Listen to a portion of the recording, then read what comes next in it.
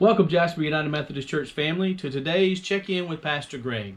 I want to remind you to like us on Facebook and subscribe to our YouTube channel so that we can share time like this and also worship each and every week. A few things to share with you that are part of our March newsletter. First off, our Maundy-Thursday service will be a virtual service this year on Thursday, April the 1st at 7 p.m. and it will be available on Facebook and YouTube at 7 p.m. on that Thursday night. For Easter Sunday, which is April 4th, we will partner with the Jasper First Baptist Church for a 7 a.m. sunrise service. This will be a drive-in service and will be held in the back parking lot of the Pickens High School. This is the lot that is closest to the football stadium. You can enjoy the service in your car, or you can bring a chair and sit in front of your car if you would like. We will have music provided by our Awakening Praise Band, and they will join with members of the Jasper First Baptist Church.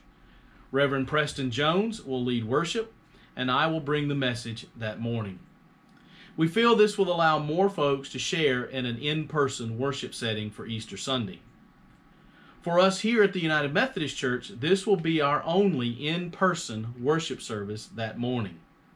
We are planning to record this service and share it virtually on Facebook and YouTube at 11 a.m. that same morning. I realize this is different, but please understand it is necessary considering our present situation. Thank you for your prayers and your understanding. Now for what we're going to do after Easter. Beginning Monday, April the 5th, you will no longer have to make a reservation for worship. We will begin as we are now with one worship service at 11 a.m. and will continue to alternate traditional one week and Awakening Contemporary service the next week. We are asking for all who attend worship to continue wearing a face covering and to sit where you feel most comfortable.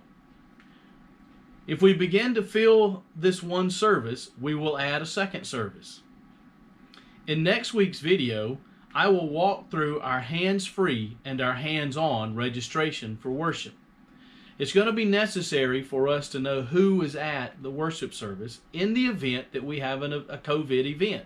In the event that we get a phone call that someone came and tested a day or so later that they had COVID, we're going to have to let people know that has happened.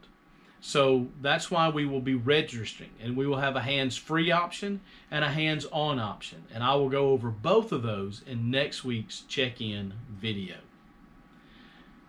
Please understand, if we have an issue with a COVID-19 outbreak due to this change, we will reevaluate, because the health of all the people who attend worship here is of the utmost importance. So please know that. We should not have any issues, as we have not had any issues, if we all continue to wear our face coverings, watch our distance, and wash our hands. So we all have a part to play in making this work here at our church. I'm pretty sure everyone who has read the newsletter and now watched this video has an opinion concerning the information that has been shared. That is understandable. We are human beings and we all have our opinions. I want you to know that every decision has been covered in prayer and has been made out of concern for you. I realize that not everyone has supported my decisions, and that's okay. This year, from March the 13th, 2020 to now and moving forward, has been hard. It is not over, and I will continue to work, pray, and consult to make decisions that care for you, this church, and this community. I covet your prayers. I value your support as we strive to be the church in this community. Things are changing, and it's good.